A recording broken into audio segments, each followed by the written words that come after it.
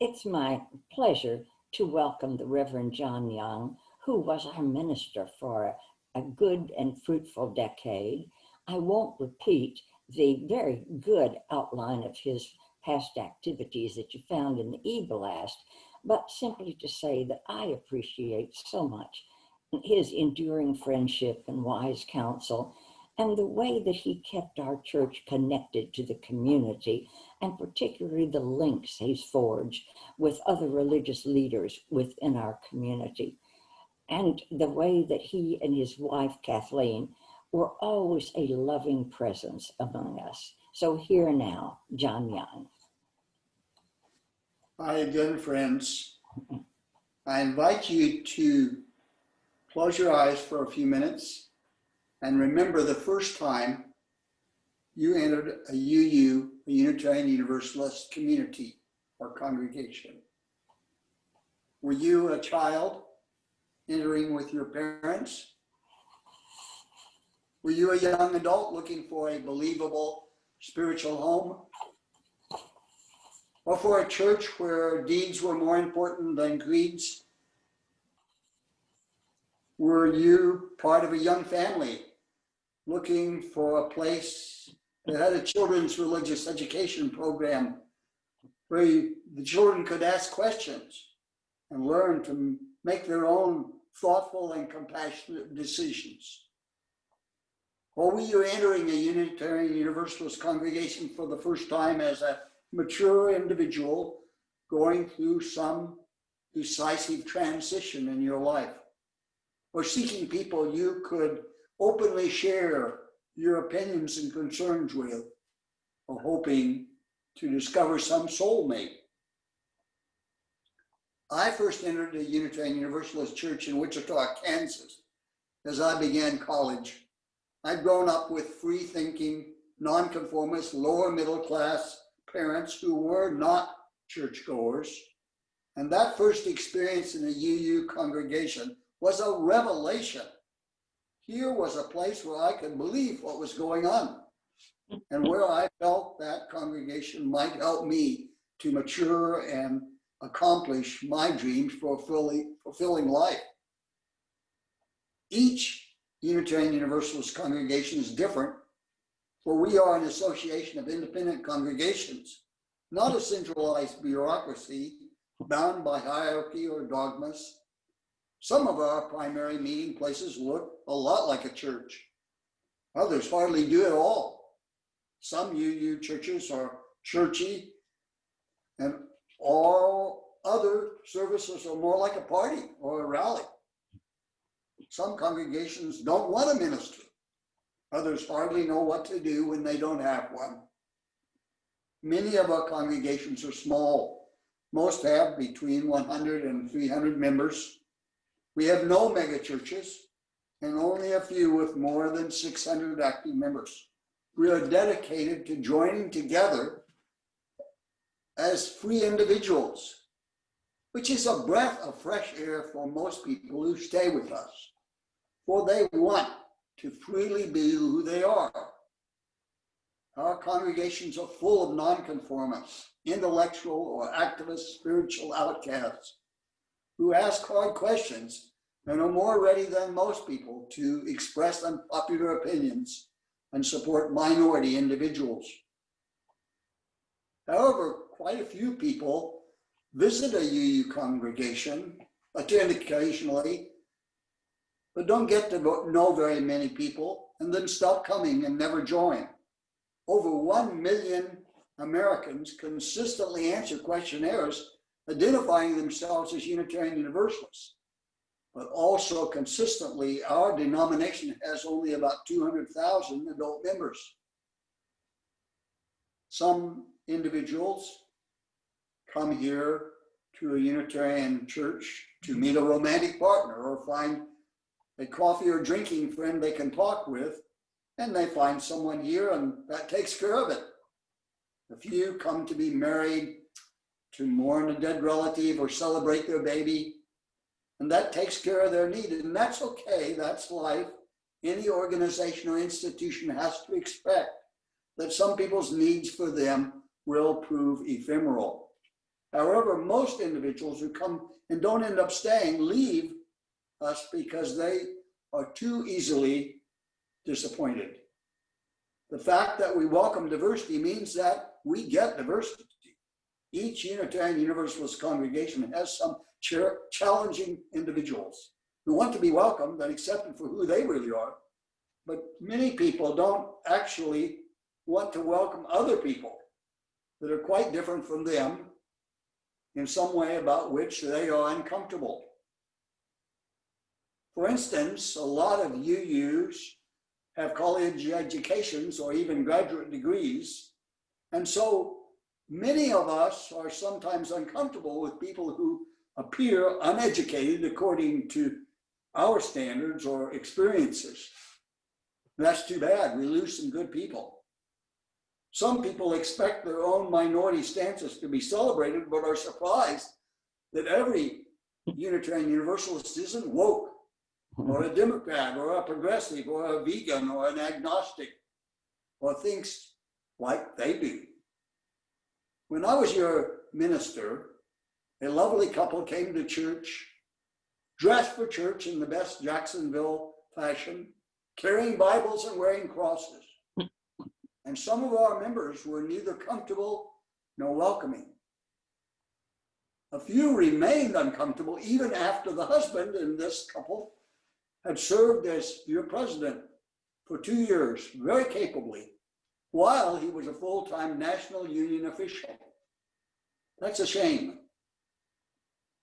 Our church the Jacksonville church was built intentionally in an area that was significantly African American. And it has a great history of taking the needs for real racial justice and equality seriously. And yet it's hard.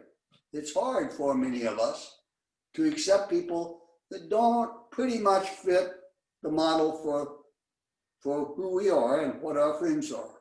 We have to expand that horizon. We need to do that, and we each need to do it by actually reaching out to those people, to going to dinner with those people, to inviting them into our homes when we can. Wasn't that interesting in the story where the man was making the point with the children's story about wearing a mask? And of course, he meant putting on a false self. Right now, we all have to wear masks. Of course, that partly masks who we are. The person that you're smiling at doesn't know you're smiling. That's hard. So we have to communicate in other ways. We want our personal lights to shine, but if you want UUCJ to help your little light to shine brightly, then you need to help others who want to belong here to truly be welcome, to be embraced and nurtured. You can still argue frankly, but do so with compassion. And realize that you don't have all the truth, and that everyone you encounter here probably has insights that might change your life for the better, if you will listen. So many of us are more interested in what we have to say than what the other person has to say. We need to get better at that.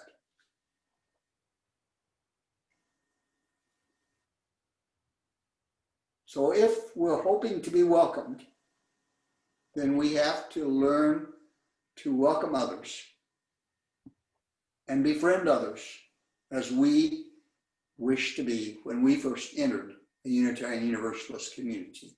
In the midst of COVID, most of us get to embrace very few people, usually only those we actually live with. It's hard on Kathleen and me, because we are accustomed to being with our grandchildren and our children and their spouses every week.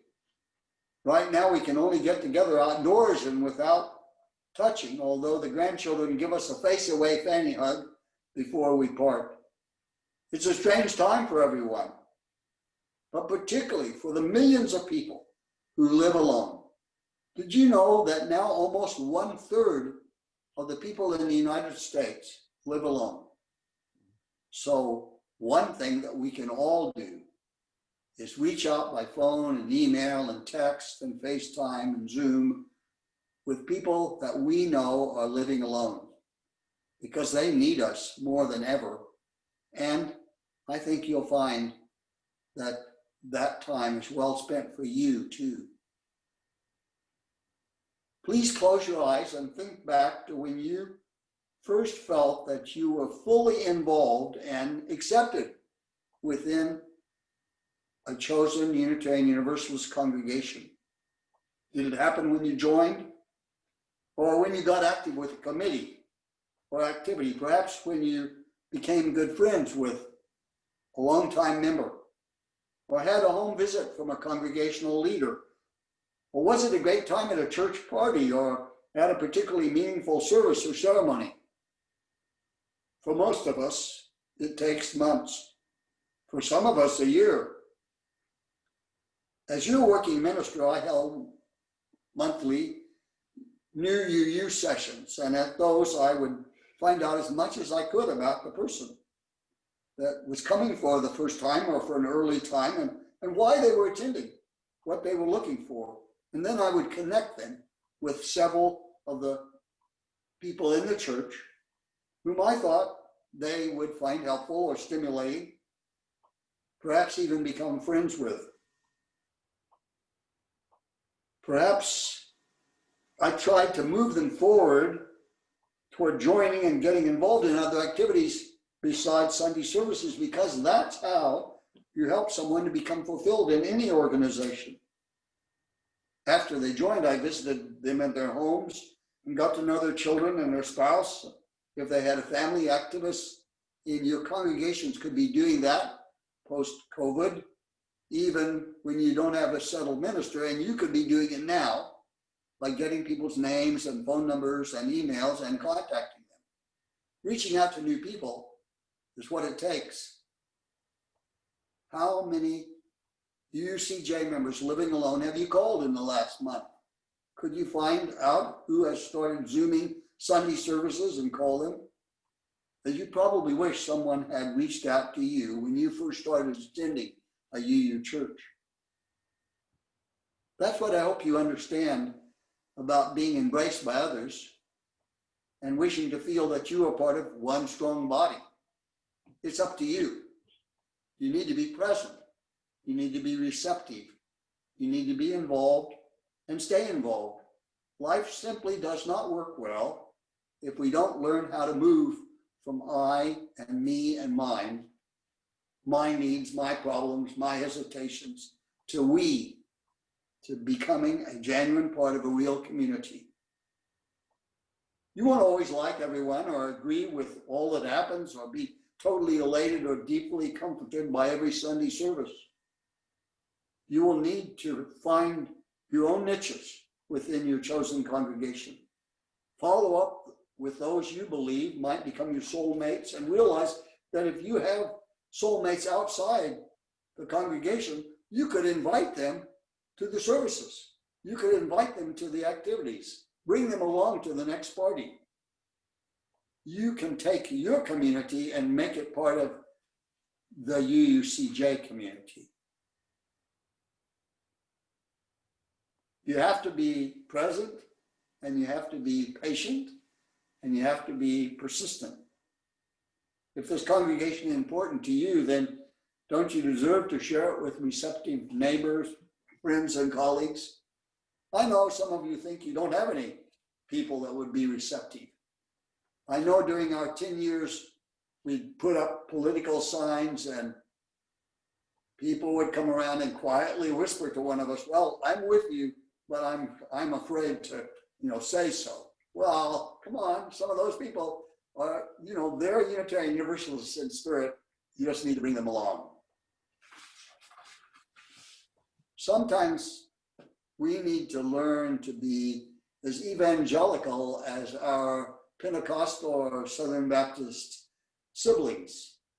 We're not going to make them believe a certain thing or swear to a particular creed, but they can find a home often among us. So we need to transcend our selfish, short-sighted me, and me, into we. that transcend us and even our time. Of course, as an older person now, I'm increasingly aware, it's increasingly not my time. I'm sometimes still in the 20th century, and here we are 20 years into the 21st. So I learn from my grandchildren and from my children, I think, more often at this point than they learn from me. We cannot get there alone. We have to learn to keep becoming effective members of larger and larger families and widening and deepening our intimate circles that transform the world. Congregations don't stay the same, and none of us stays the same either. I know more now, but I don't remember names like I used to. I can still march, but I can't stand around waiting an hour or two for the march to start. I need to sit down, and then it's harder to get up than when I was 50 or 60. I have more time, but less patience. And as some of you will remember, I never did suffer fools gladly. But each of us has our idiosyncrasies and our rough edges. So we each need often to take a deep breath, to be forgiving and as patient with others as we hope they will be with us. And we need daily to remember that we're not perfect either. And in fact, we can really get on some people's nerves. A common UU slogan is that deeds are more important than creeds. And we Unitarian Universalists like to think that we are real activists and doers, not just thinkers and talkers, or even worse, simply consumers of or reactors to the false propaganda of misinformed or bigoted leaders. And we often are activists, particularly in comparison with many other people. However, it is difficult to remain a responsible participant, and it is harder yet to become regularly effective in our activism. I was a radical activist in the 60s, civil rights, disarmament, ghetto tutoring programs, helped start an SDS chapter, participated in countless demonstrations. I got involved in many things during Chicago Seminary in the late 1960s, organized the first grade school boycott in Chicago with an alternative school, first mixed race youth group in Southwest Chicago, and in the student power movement, got so involved that I ended up on the board of trustees and found out, being on a board is a lot of work and it takes a lot of patience. Through those experiences, I discovered that actually doing your share of the work was hard and full of difficult decisions. In an email or tweet or demonstration, we can passionately advocate for changing the world, but often making even modest actual progress takes sustained, complicated efforts. As I lived my decades through Kansas, Missouri, Europe, India, Japan, Washington, D.C., New York City, Indiana, New Jersey, California, and Jacksonville, I participated in local, state, national efforts and international endeavors, denominational movements, as well as congregational and personal initiatives. But thinking activism is different than advocating activism, and doing activism and nurturing and enduring transformations is much harder still. It's too easy in our world to father a child, but hard to become and successfully remain a responsible and effective parent. It's not hard enough to fall in love, but it often requires many ordeals to become or remain a good friend, and even harder to remain a loving and patient spouse. Yet becoming and remaining a responsible and effective member of organizations, of families, marriages, friendships, those are what makes life successful and fulfilling. They are the foundations for successful living. It has become ever clearer to me that most good activism in this world is done quietly in countless daily small acts that empower the world. Not things necessarily the presidents or CEOs do, all those can be important. But what you and I and millions of other people are doing day by day, with as much goodwill as they can, with as much understanding as they have. If each of us regularly managed to do a good job with all these relationships, many of the world's problems would be much less daunting. Government programs and extraordinary teachers cannot replace happy, healthy homes and families. And legislation or congregational bylaws cannot replace effective, inclusive, compassionate communities and congregations. That's the daily, gentle work of people in those communities. I am so grateful to see white Americans of all ages waking up to 2020's racial, ethnic, and class inequities, and pleased to see them demonstrating, and to see people of every ethnicity participating, not as victims, but as responsible citizens. However, if all those adults don't then vote for sane, inclusive, and electable candidates and remain lawful themselves so the democratic governments can remain able to function as they should, it will not mean much. The truth is that every zip code in the United States needs to have our full US rainbow of residents, poor and well off, all colors, creeds, and responsible choices. The US needs to invest their full resources, not so much for what the world is just now, but for what it will become if we provide a minimal level of privilege for everyone who is prepared to be responsible for their own choices. Then people like us, most of whom have so many privileges and blessings, need to step up and pay the taxes we should pay and serve the future and the planet, not just our present whims or nursing our current anxieties. And even after we do elect sane politicians and they pass great legislation, you and I are going to need to keep them working hard at what the world needs to sustain itself and the future deserves for our blessed lives. We can do so much and do it much better if we learn to cooperate, to collaborate, to compromise, to negotiate, and remain both conscientiously and politically realistic. I'm so glad that you're still nurturing many of the things that were happening when I was there, building bridges across denominational and neighborhood and income boundaries, that community garden, the food bank, eye care, so many other things that you're doing within the congregation and in the larger community. And we all need to keep taking chances. When I first began preaching in Jacksonville, there had been a weekly visitation by an anti-abortion activist at the road outside our entrance. He'd been there for months, I guess maybe even years, on a weekly basis. And about my third Sunday there, I walked out before the service and invited him to come in and join our service and have a moment to share his opinion if he so desired. He didn't come in, but he also never came back. That demonstration that had been going on for months or years stopped. And when we marched as one of the few mostly straight and mostly white congregations in the Gay Pride or the Martin Luther King parade, and there were hecklers, and they would shout out at us for participating, I would step out of line, out of the march, and walk over and talk with them.